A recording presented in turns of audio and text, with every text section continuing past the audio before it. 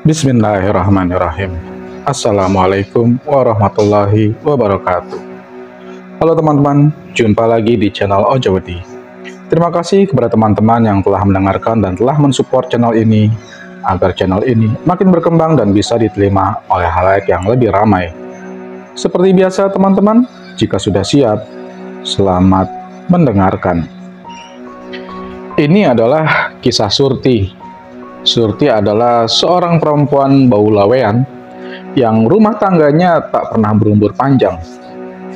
Suami-suaminya ditemukan tewas mendadak setelah menikahi Surti. Pada akhirnya, Surti memilih untuk hidup sendiri. Setelah penjaga makam suaminya yang kedua menjelaskan tentang karma yang harus disandangnya.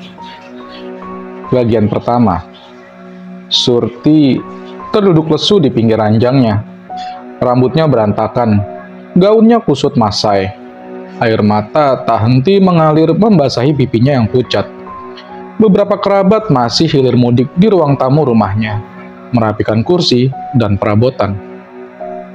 Jasad mendiang suaminya baru saja dihantarkan ke makam di sudut desa.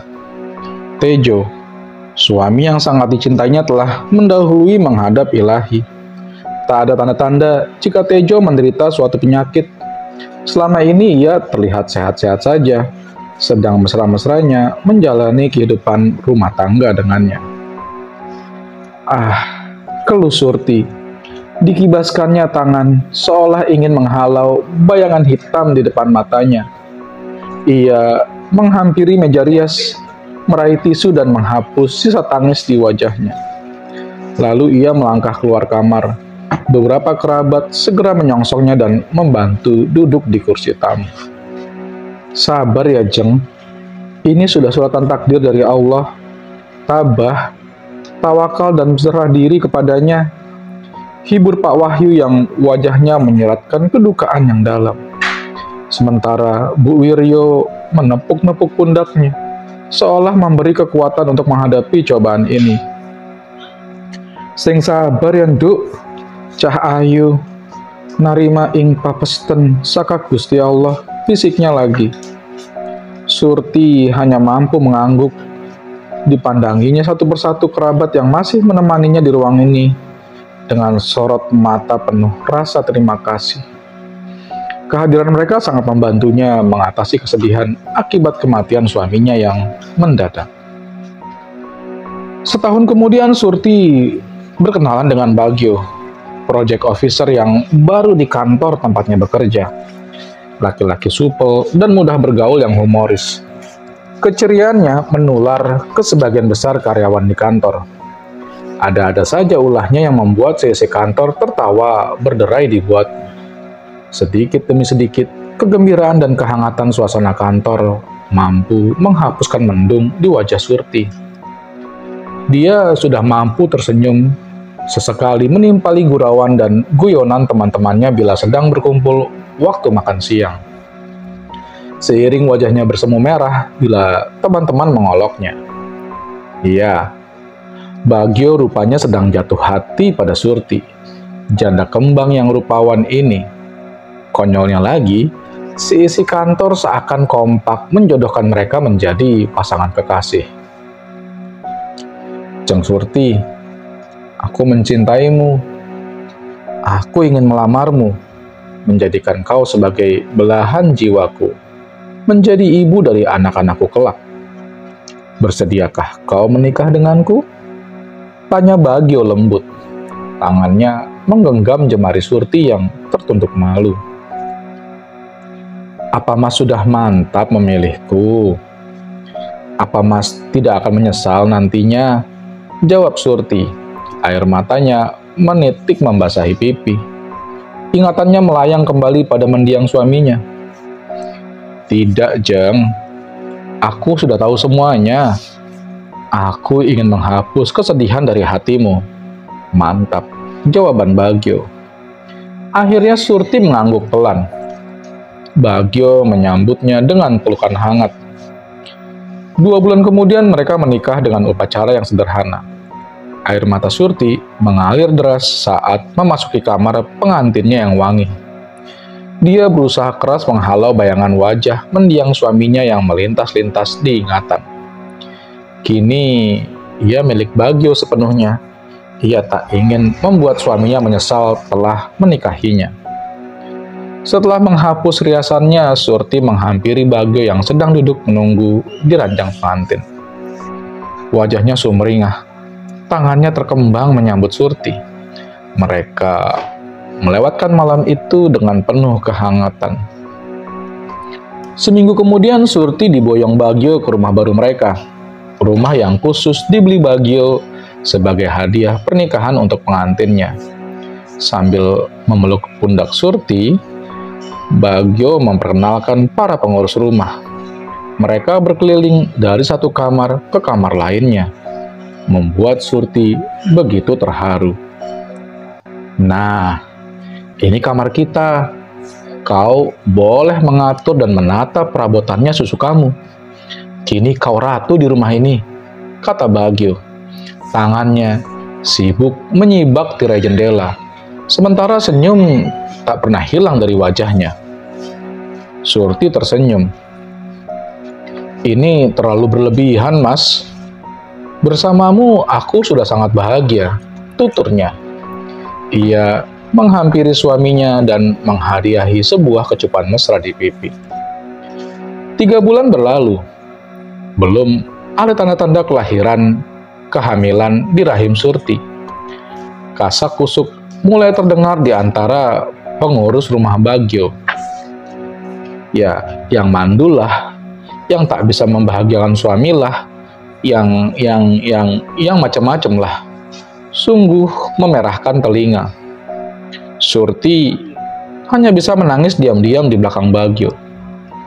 Penderitaan Surti bertambah ketika tiba-tiba saja Bagio jatuh sakit. Ia baru saja pulang dari kantor pengacara, mengurus balik nama sertifikat tanah dan benda berharganya. Semuanya dialih-namakan kepada Surti, istri yang sangat dicintainya. Semua sibuk. Pak Arman, sopir pribadi Bagio, menelpon ambulans. Simbo menyekat tubuh Bagio yang mandi keringat dingin. Sementara Surti, ia hanya terdiam, mematung. Dia benar-benar syok menghadapi kenyataan ini. Sesampainya di rumah sakit, nyawa Bagio tidak dapat tertolong. Dia meninggal dalam perjalanan tanpa sempat mengucap kata sepatah kata pun kepada Surti. Tak kuat menghadapi cobaan ini, Surti pun pingsan. Bagian kedua, Surti mengunjungi makam Tejo. Dibawakannya seikat gladiol putih kesukaan mendiang suaminya. Saat memasuki gerbang makam tadi, Pak Arjo memandangnya dengan tatapan sinis. "Dasar perempuan bau lawean," desis laki-laki itu. Surti tak mengerti apa arti kalimat yang dilontarkan Pak Arjo. Ia melanjutkan langkah menuju nisan Tejo. Tak menggubris perkataan laki-laki tua yang baru saja didengarnya. Sambil membersihkan rumput yang tumbuh subur di sekitar nisannya, Surti menahan tangis. Selesai membersihkan makam dan berdoa di sana, Surti langsung bergegas pulang. Mendung yang menggelayut di atas makam membuatnya tak bisa berlama-lama. Apalagi tadi dia lupa membawa payung. Sepanjang perjalanan, pikiran Surti melayang kemana-mana. Dia sibuk mengingat-ingat apa maksud dan arti dari kalimat yang dilontarkan Pak Arjo tadi. Sampai di rumah pun Surti masih belum bisa menemukan jawabannya. Bau lawean, apa maksudnya? Dihampirinya Simbo yang masih setia melayaninya, meskipun Bagio sudah meninggal. Setelah meneguk segelas air putih yang disodorkan, Surti pun mulai merasa tenang. "Mbok, apa Mbok tahu apa itu bau lawean?" tanya Surti hati-hati. Bagaimanapun juga, ia belum bisa bicara belak-belakan dengan pembantunya ini. Simbo tampak kaget. Ada kekhawatiran di raut wajahnya yang mulai menua. "Kenapa Non menanyakan itu?" "Siapa yang mengatakan hal itu kepada Non?" tanyanya. Tadi sewaktu di makam Mas Tejo, Pak Arjo memaki aku dengan kata itu, tutur Surti.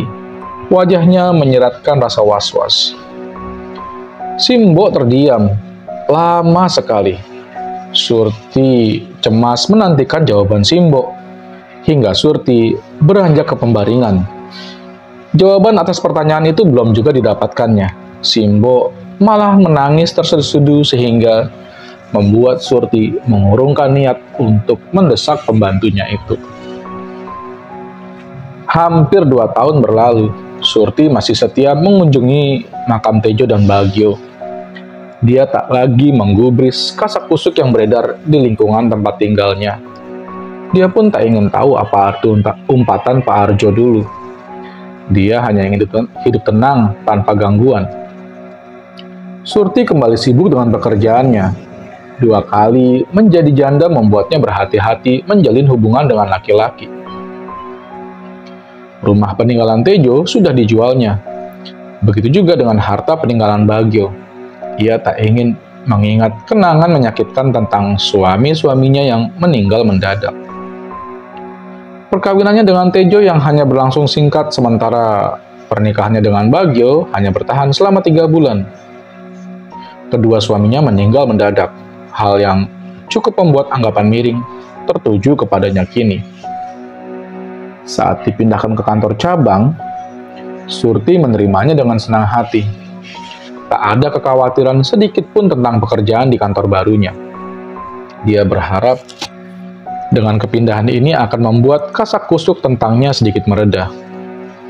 Setelah berkenalan dengan seluruh karyawan divisi yang dipimpinnya, Surti memasuki ruangan kerjanya yang berukuran lumayan besar.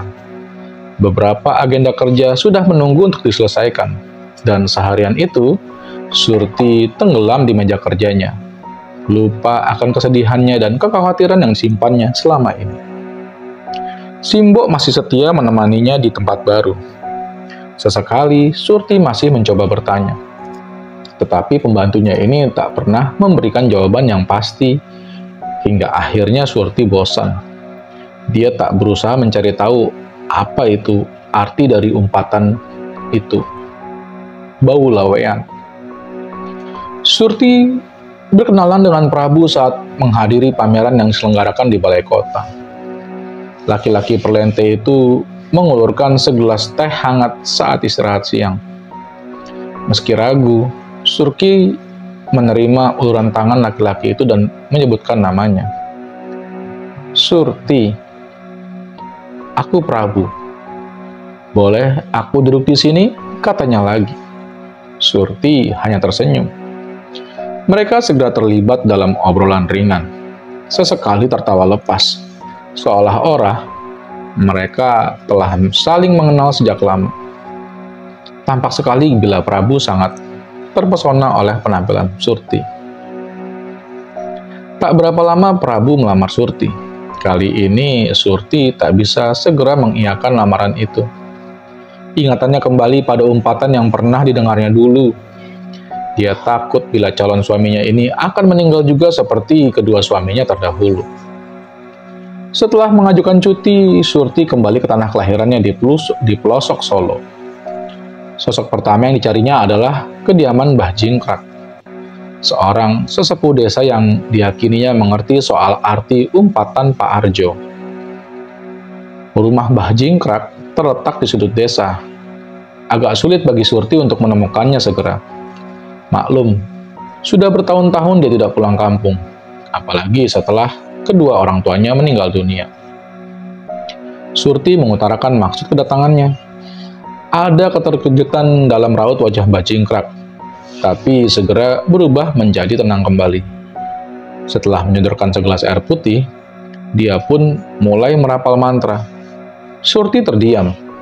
Dirasakannya bulu kuduknya meremang. Suasana magis di kediaman Mbah Jingkrak sangat terasa. Aroma kemenyan yang dibakar memenuhi ruangan, ditambah suara serak laki-laki sepuh itu. Sementara suasana di sekeliling rumah sepi. Surti bergidik, ngeri. Sini, Nduk.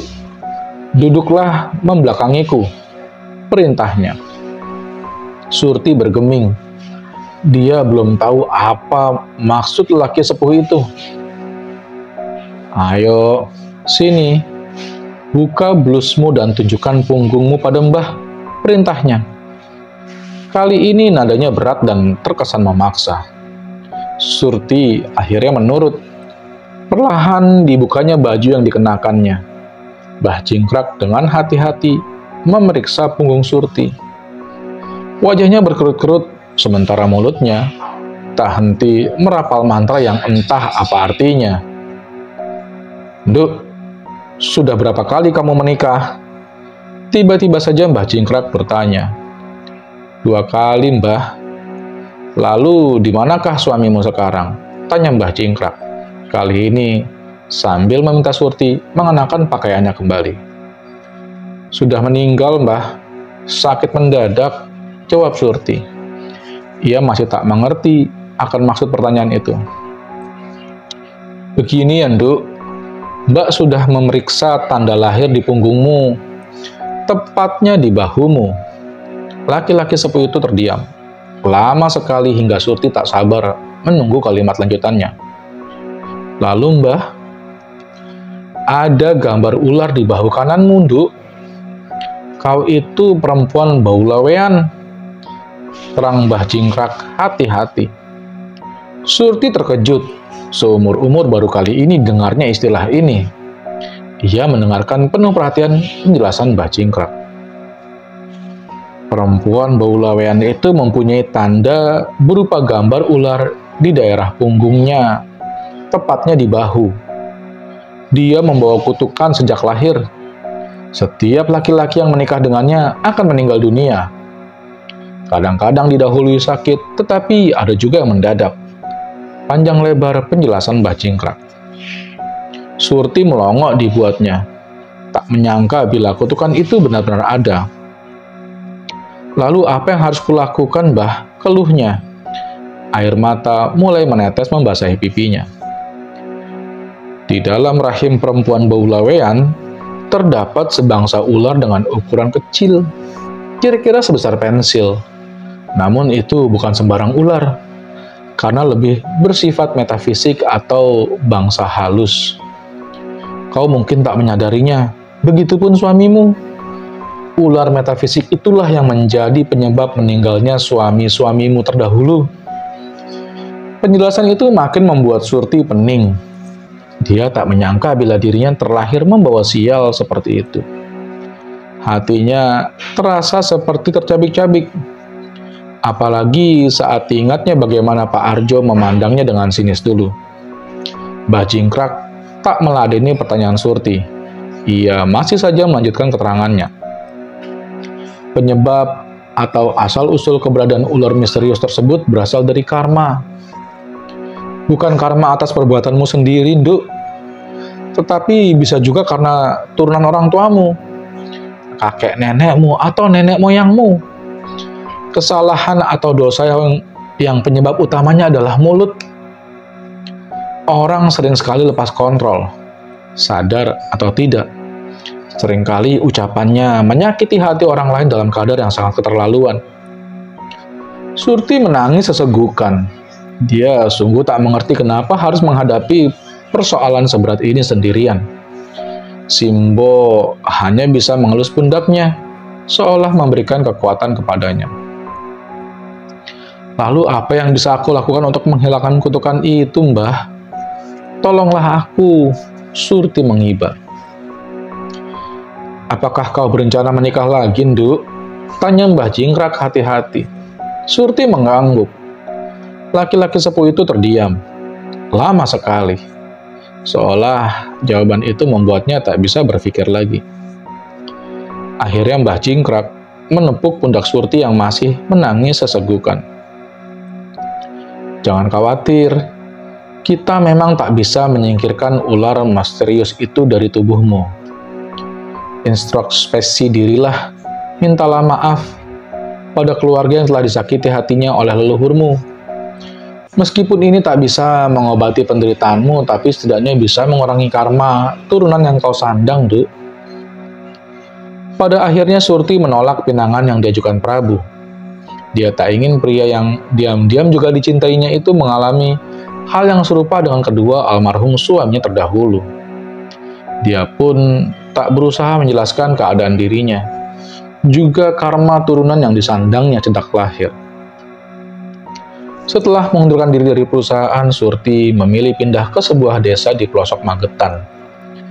Suasana desa yang tentram sedikit membantunya melupakan beban berat dan perasaan berdosa yang makin hari kian membuatnya tak berdaya. Simbo masih setia menemaninya. Uang hasil penjualan rumah pemberian Tejo dibelikannya sepetak sawah. Hasilnya digunakan untuk hidup sehari-hari. Sementara harta peninggalan Bagio disimpannya sebagian. Bagian yang lain disumbangkannya ke rumah yatim piatu Mentari yang didirikan oleh beberapa relawan di desa sebelah. Sebulan sekali Surti mengunjungi anak-anak malang di sana. Dibawakannya makanan, minuman, mainan, buah-buahan, dan buku-buku cerita yang membuat mata mereka mengerjap gembira. Surti menikmati semuanya dan melupakan niatnya berumah tangga kembali. Ia tak memperdulikan apa itu baulawean, apa itu karma turunan yang disandangnya. Terima kasih teman-teman telah mendengarkan cerita-cerita di channel Ojowedi. Akhir kata, wassalamualaikum warahmatullahi wabarakatuh.